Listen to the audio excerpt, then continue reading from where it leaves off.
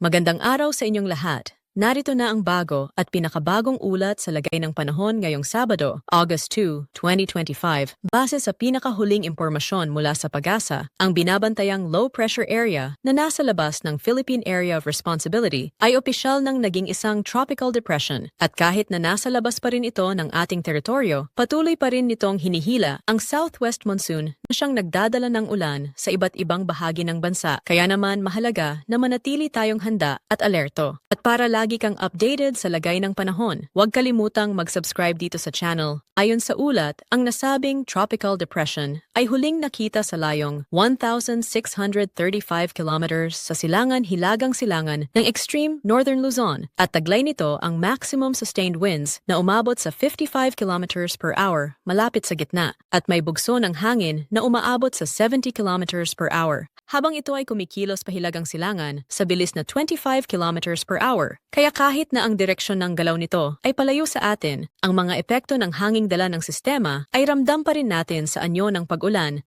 dahil sa paghila sa southwest monsoon, sa mga lalawigan ng Batanes, Ilocos, Cordillera Administrative Region at sa natitirang bahagi ng Cagayan Valley, inaasahan ang maulap na kalangitan na may kasamang mga pag-ulan at thunderstorms dulot ng southwest monsoon. Ang mga buhos ng ulan ay maaaring lumakas paminsan-minsan hanggang sa magtuloy-tuloy, kaya't may posibilidad ng flash floods at pagguho ng lupa lalo na sa lugar na mabundok at madali ang pag-ikot ng tubig sa mga drainage na hindi maayos. Inihikayat ang mga kababayan doon na tingnan ang kanilang paligid para sa posibleng pagtaas ng tubig at agad maghanda kung kinakailangan. Sa Metro Manila at sa iba pang bahagi ng Luzon at Visayas, magkakaroon ng partly cloudy hanggang cloudy skies na may isolated rain showers or thunderstorms na dala ng mga localized thunderstorms at ang patuloy na impluensya ng southwest monsoon. Kahit na hindi ito malawak o palagian, may mga oras na ang biglaang buhos ng ulan ay maaaring magdulot ng localized flash floods, lalo na sa mga lugar na mababa ang elevation, kaya't dapat bantayan ang lagay ng tubig sa mga kalsada at ilog.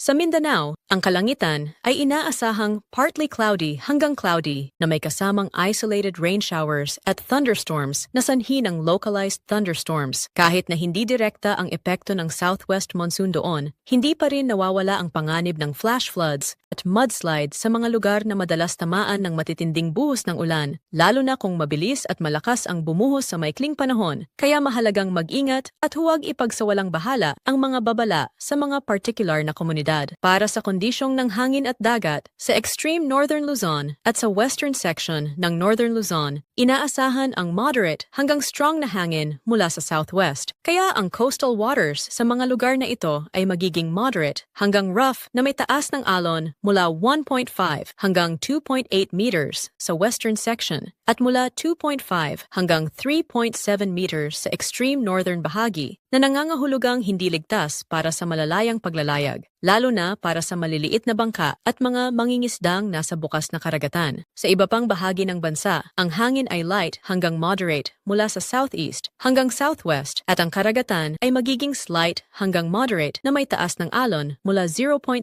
hanggang 2.1 meters na mas kalmado pero dapat pa ring mag-ingat ang mga nasa baybayin at mga small boat operator. Batay sa pinaka-latest tropical cyclone threat potential na inilabas ng PAGASA para sa week 1 mula August 1 hanggang August 7, isang tropical depression ang nananatili sa hilagang bahagi ng Philippine Monitoring Domain at hindi ito inaasahang papasok sa Philippine Area of Responsibility dahil inaasahang tutungo ito patungo sa southern Japan. Bukod dito, may posibilidad ng pagbuo ng panibagong weather disturbance sa silangang bahagi ng monitoring domain na tinatawag na Tropical Cyclone-like Vortex o TCLV-1. Ngunit sa kasalukuyan ay mababa pa rin ang tsansa nitong maging ganap na bagyo. Sa pagpasok naman ng Week 2, mula August 8 hanggang August 14, ayon sa forecast models, may posibilidad na pumasok sa loob ng Philippine Area of Responsibility ang nasabing TCLV o low pressure area, subalit nananatiling mababa ang tiyansa na ito ay lalakas at magiging tropical cyclone. Kahit na walang inaasahang direktang matinding epekto mula sa mga umiiral na sistema sa kasalukuyan,